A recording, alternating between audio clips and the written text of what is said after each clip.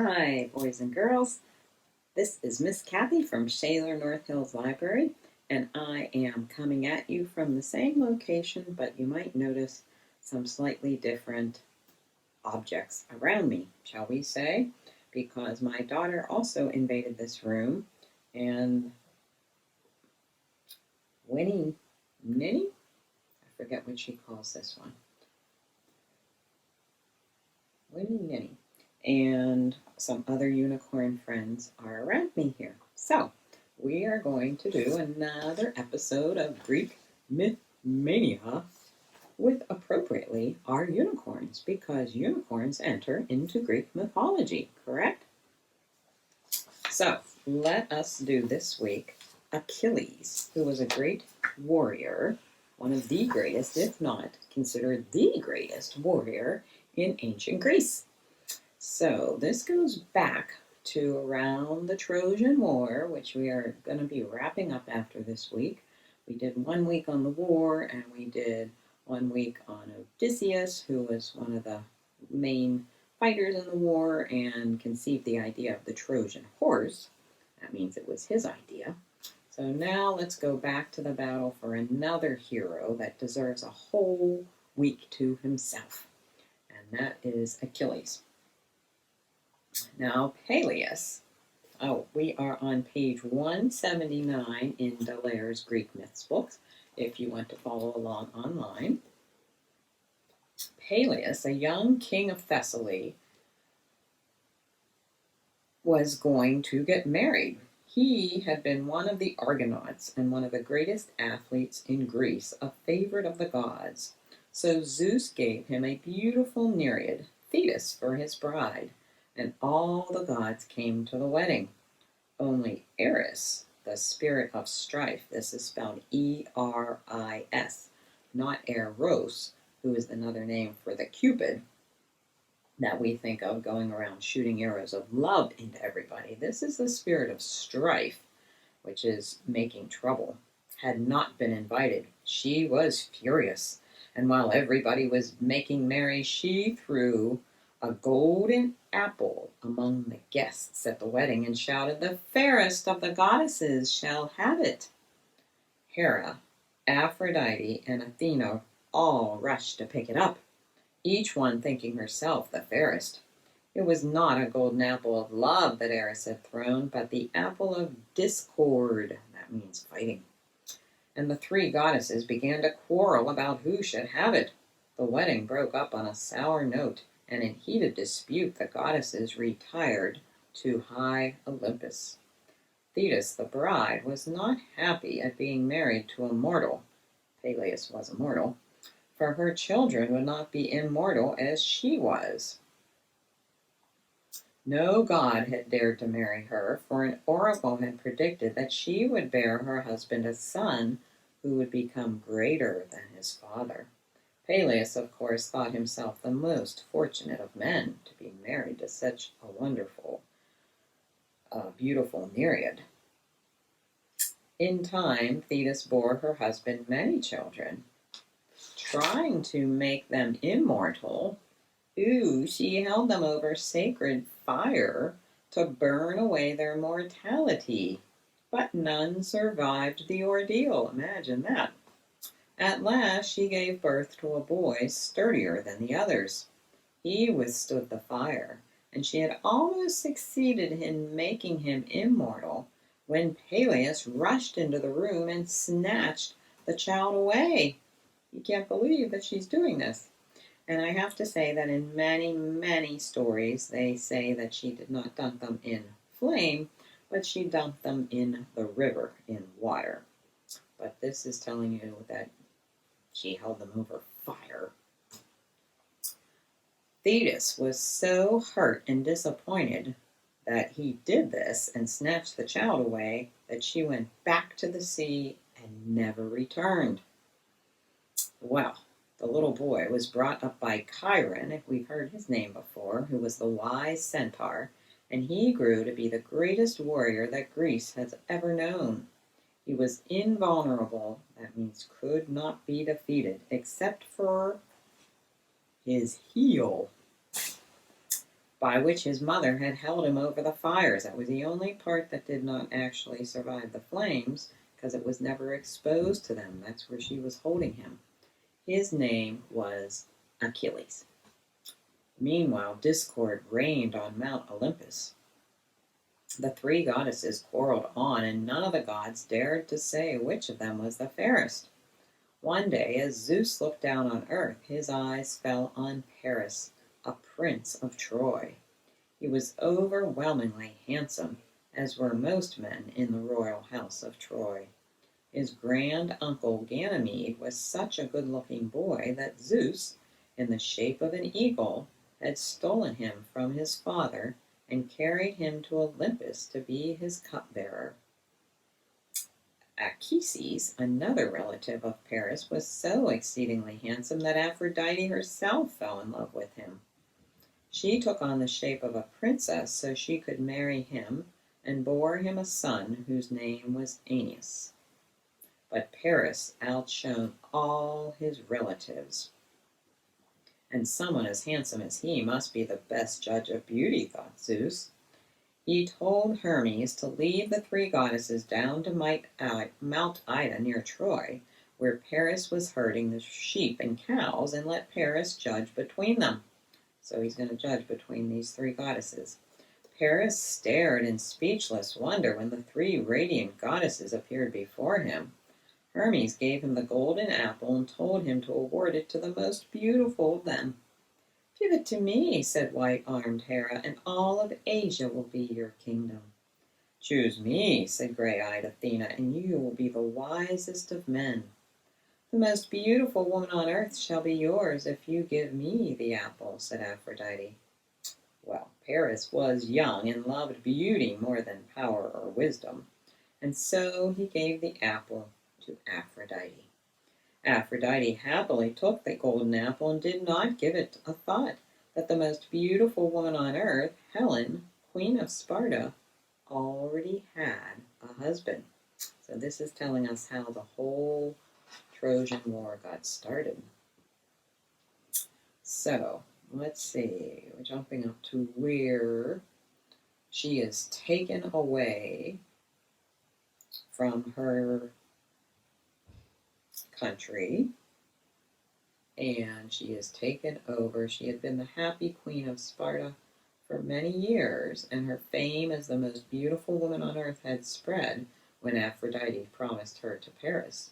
The Trojans begged Paris to forget Aphrodite's promise, or a terrible misfortune would surely befall them. But Paris ignored the warnings and sailed across the Aegean Sea to steal Helen from King Menelaus and bring her back to Troy.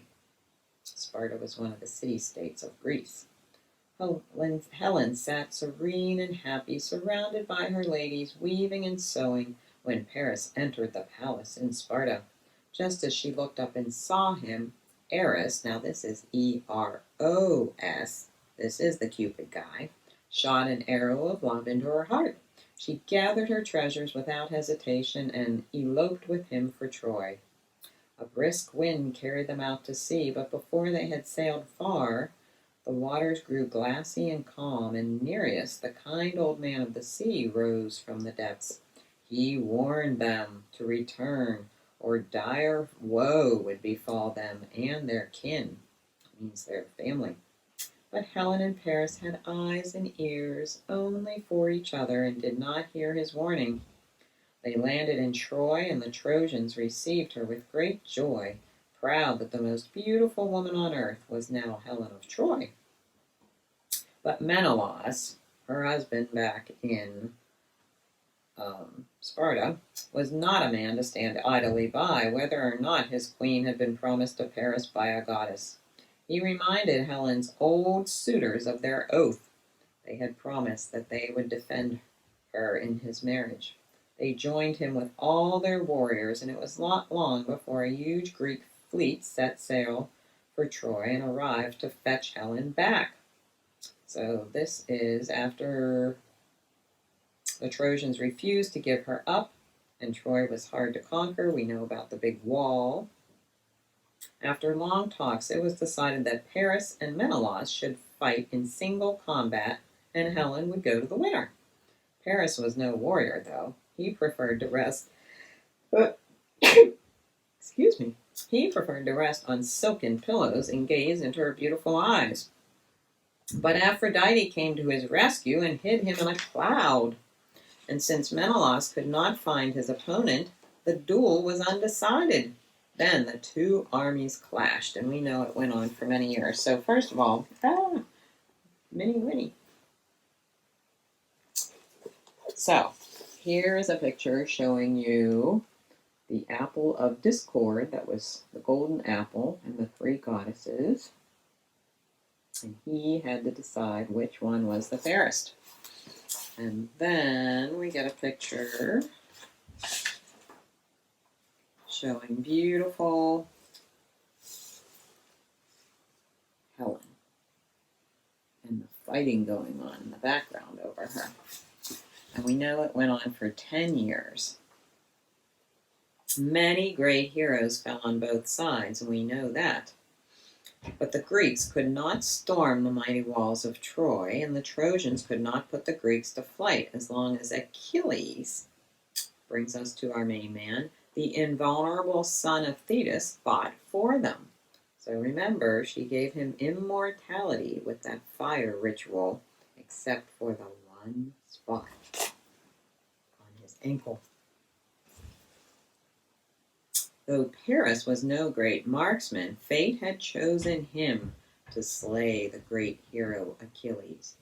Apollo, unseen by the other gods, ran to Paris' side and guided his hand as he drew the bow taut. The arrow struck Achilles in his heel, his only vulnerable spot. Mortally wounded, he fell to the ground.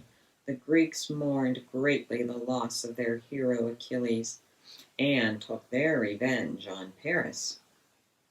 He fell, pierced by one of the poisoned arrows that Heracles had given, or Hercules, who we haven't read about yet, had given to Philoctetes. Other names that we're not going to get into. Shortly afterwards, we know that the Greeks boarded their ships and left the horse behind, and that the Trojans were surprised by the wooden horse, and that the Greeks ended up winning. Okay. And then we know about Odysseus trying to get back home after it, and that is our story of Achilles, one of the great warriors, but had some problems with a heel. Let's check out our Weird But True book, what it says about the Trojan War and the warriors. In the Greek corner, Achilles, why he's weird. As a baby, I have to read it like this. Achilles' mother dipped him into the river Styx. Now this is the other version of the story. In Tartarus to make him immortal, but because she held him by that heel, that became his one vulnerable spot. Wacky tactics, it says, is fighting things that were weird. Worried that he'd die in battle, Achilles' mom dressed him like a girl and sent him to another town for safety. Odysseus caught on and sent him off to war anyways.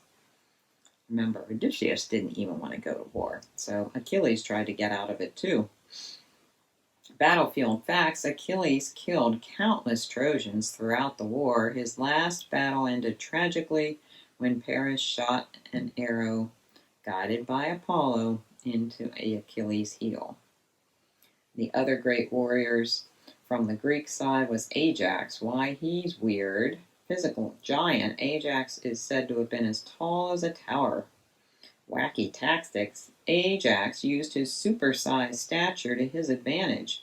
When fighting the Trojan hero Hector, he picked up a huge stone that no other warrior could lift and hurled it his way, knocking Hector down, but not out. Although his big size and the huge sword and shield fought off many enemies, Ajax could not win the one thing he wanted most. He wound up losing a contest against Odysseus over the armor of the recently departed Achilles, and the disappointment of it drove him mad. So, Odysseus and Ajax wanted the armor of Achilles because he was such a great warrior. Let's just read about the ones in Troy's corner because they enter into Achilles' story. Kypnos, why he's weird. The son of Poseidon and a mortal, Kypnos was abandoned on a beach as a baby and raised by seagulls until a fisherman adopted him. Poseidon made his son invulnerable to injury from iron, meaning he could not get hurt by any sword or spear attacks. This made him almost unstoppable in battle. He put up a strong fight when the Greeks first landed in Troy, staying some 1,000 soldiers, slaying them, according to some myths. It wasn't until Achilles caught on to Kypnos' special powers that he figured out another way to crush this hero using a large rock. So it wasn't by iron that he died, but by the rock. And Hector, why he's weird. A peace-loving prince, Hector, Paris's brother, didn't really want to go to war, but he fought valiantly to clean up his brother's mess. Remember, it was Paris who started this whole thing by giving the apple to Aphrodite, and to defend his city, home, and family from invading armies. After battling Ajax for an entire day, only to end up in a stalemate, remember Ajax was the one from down here, the giant, Hector wound up exchanging gifts with his rival, and they congratulated each other on their courage and strength. Frenemies at much? And the battlefield fact, the leader of the Trojan army, Hector, is said to have single-handedly killed 31,000 Greek soldiers.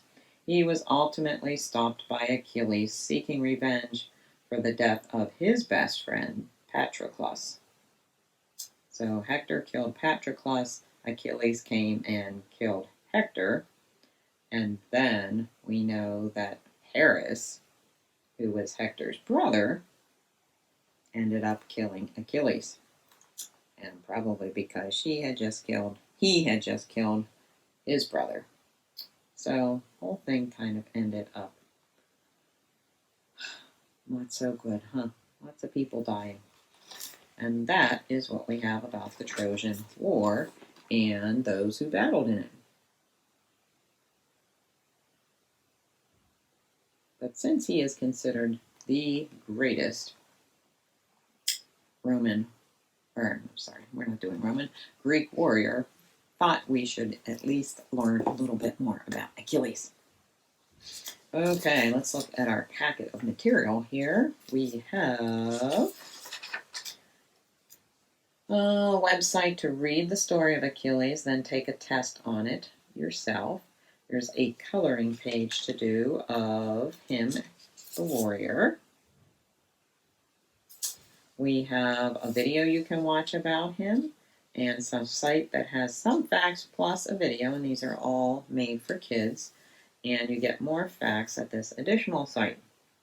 You can make a gladiator helmet here after watching this video. There was no way I could cut and paste directions from this. I spent a lot of time trying to find directions for this that I could print out for you guys, but it's a very short, it's only about a minute long video that you can watch, and it is not very difficult to make. Oh, you can't see it so good. To make your gladiator helmet. Oops, these are flying out. They're supposed to be bent in to protect me. I will model my gladiator helmet for you. I have to bend these in. My cardboard got a little bit warped, I guess, and it is now bending the wrong way, but you want it down in the front to protect your face. Of course, it doesn't help that I have glasses on. I don't think the gladiators wore glasses. But this is the helmet that you can make. And you have a sample template in here to do that with. I'll back down so you can see it. this is what you cut out, and I will show you what I did with it in just a minute when we get through the other activities in here. And there is a word search. And then if you were able to print out this packet, there were some extra things that I couldn't put links to, but that I just wanted to include. There's a story about Achilles' heel. And it says in this story that when he was only 15, war was declared against the city of Troy. Afraid that he would die in battle, this is what we heard a little bit about before, Thetis dressed him up as a girl and sent him to another king's court for safety.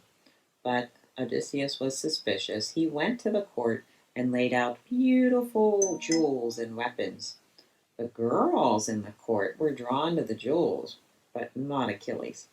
And this helped Odysseus see through his disguise, and he put Achilles in charge of the fleet of ships headed to Troy. But he's only 15, so they must have thought pretty highly of him.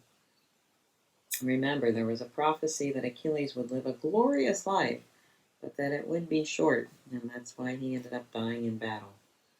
So, unknown to the Greeks and Trojans, Zeus had helped to start the war. Well, that's another story. And then we know about it going on for a very long time. It was Achilles who convinced them to continue to fight. He killed Hector, which helped give his men hope again in the war. The war would last another year after that. Oops, let's get to the next page here. Hector's brother Paris was upset by this. He wanted revenge. And we know about his heel. And now, even today, people may say, oh, that's your Achilles tendon. There is a tendon in your foot named Achilles tendon. The expression Achilles heel is also used just as Achilles heel was the one part of him that was weak and not protected. Everyone's Achilles heel is something that is considered their weakness. So if you're very good at a couple different track events, but you're not good at the long jump. You can do all the other things pretty well, but not that one thing. That might be your Achilles heel, we say. Has nothing to do with the part of your body, just an expression. So if ever you hear it, now you'll know what they're talking about. So that is called an allusion, when it alludes to something that is not really what it is. It means like make reference to. And then there's a little quiz sheet that you can do about after reading that story. What would be a theme? What can you infer? That would be like, what kind of information can you pick up from reading that? What are they trying to tell you? And then I give you the answer sheet too. But do it first without looking at the answer sheet. But then you can check. And then another sheet was the story of Achilles again. And if you read that one, it gives you a cause and effect. If this thing happens, what caused it? For example, Thetis, the goddess mother of Achilles, wanted to make her son immortal. Blank, she dipped him into the river Styx. So then you pick out which of those words from the cause and effect works best to make that sentence true. You can look at the answer sheet for that, which is included. And there's one other cause and effect diagram page. So those were some extra things that I put in there for those of you who are old enough and want to tackle some of those. And you have the word search and a coloring page. Now, some tips about making this helmet. I did basically what the video said. And I cut out the tracers and I traced them onto cardboard and cut them out. And you have a big band of cardboard that is the dimension they show you at the start of the video. And you have another little piece that goes inside here to hold that up. And you have this piece of red, I used just red construction paper to make your feathery headdress. And then you staple that together, you staple on the cardboard, you glue the feathery headdress on, and actually before you glue that on, you can paint everything if you want. They talk about spray paint. I used acrylic paint. You don't have to paint it. If you just want to leave it cardboard, that's fine. Or, another thought I had was if you have construction paper and you want to cut out construction paper and glue it on so that it's all one color. It doesn't have to be gray. Maybe you want yours to be gold and shiny. Whatever you want it to be, you can make that color, either by painting or cutting and coloring. Maybe you just want to use markers on it and draw designs. Whatever you want to do, you can do. It is your gladiator helmet, just like Achilles would have worn when he was fighting in the Battle of Troy. So, lots of activities you can do to honor the memory of Achilles, one of the greatest warriors. So I'm going to sign off now, along with Minnie Winnie, who is not so mini as you can see, and our other unicorn friends. Don't know if you noticed this one back there. There's that one, as well as this one. And I hope you enjoyed watching another episode of Greek Myth Mania. And we will be back next week with another installment. Until then, if you want to check out any more books about Greek mythology or any books at all, just come on in to Shaler North Hills Public Library. We are open for you 6 days a week. Check the website for the hours, but we have a lot of them. And if you don't want to come in, we can still bag books for you, and you can pick them up at our pickup window. But come on in and say hi if you can. We miss seeing you guys, and we're happy with those who come back and get books in person. So thanks for watching. Have a great week, and I will see you next time. This has been Miss Kathy from Shaler North Hills Library. Have a good week.